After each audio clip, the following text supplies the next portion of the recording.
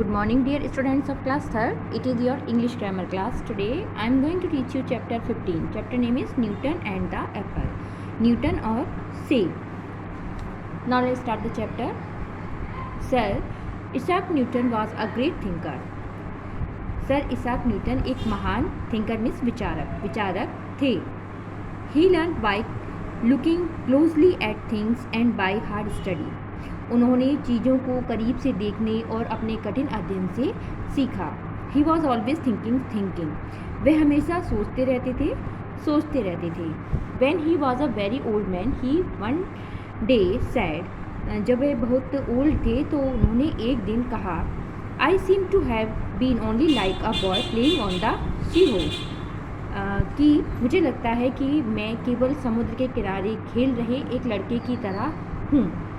I have amused myself by now and then finding a smooth pebble or a pretty shell. वे कहते थे कि मैंने अब तक अपने आप को एक पेबल मीन्स कंकड़, चिकने कंकड़ या एक सुंदर शेल पाकर खुश किया है. But the great ocean of truth still lies before me unknown and unexplored. लेकिन सच्चाई का महान सागर अभी भी मेरे सामने अननोन मीन्स अज्ञात और अनएक्सप्लोर्ड मीन्स अस्पष्ट है. It is only the very ignorant who think themselves wise. यह केवल बहुत ही अज्ञानी है जो अपने आप को बहुत बुद्धिमान समझते हैं. वाइज मीन्स बुद्धिमान. One day in autumn sir Isaac Newton was resting on the grass under an apple tree and thinking. एक दिन ऑटम मीन्स शरद ऋतु में सर इसाक न्यूटन एक सेब के पेड़ के नीचे घास पर आराम कर रहे थे और लगातार सोच रहे थे. Suddenly a ripe apple fell to the ground by his side. अचानक से एक जो एप्पल था, एक सेब नीचे गिरा. What made that Apple fall. किस कारण से सेब गिरा. He asked himself. उन्होंने अपने आप से पूछा. It fell because its stem would no longer hold it to its branches was his first thought. उनका पहला जो विचार था वो ये था कि जो ब्रांच थी, शाखा थी, वो इसे अब नहीं रख पाई, इसलिए वो नीचे गिर गया.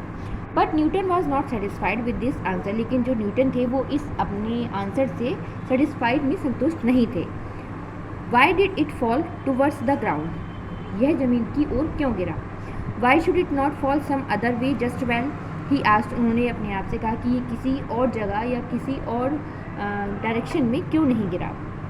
When he had once begun to think about this, he did not stop until he had reasoned it all out.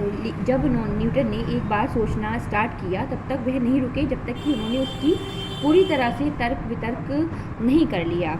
He concluded that every object draws every other object toward it. उन्होंने ये निष्कर्ष निकाला कि प्रत्येक वस्तु हर दूसरी वस्तु को अपनी ओर खींचती है.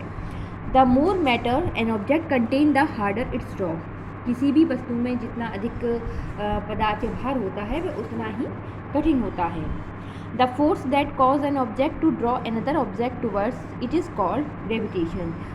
मीन्स वह बल जिसके कारण कोई वस्तु दूसरी वस्तु को अपनी ओर खींचती है वो ग्रेविटेशन मीन्स गुरुत्वाकर्षण कहलाता है. ग्रेविटेशन जो कि आगे आप अपनी क्लासेस में जानेंगे. It is the force of gravitation that cause the apple to fall. He was convinced.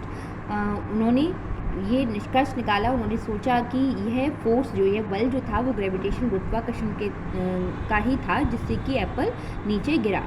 To you who like sir Isaac Newton are always asking why and how. These questions will give something to think about. Sir Isaac Newton जो थे वो हमेशा Y, क्यों और कैसे जैसे प्रश्नों को करते थे और उसका निष्कर्ष निकालते थे. Now I will explain the exercise of this chapter. Answer the following question. ये नहीं करना है आपको.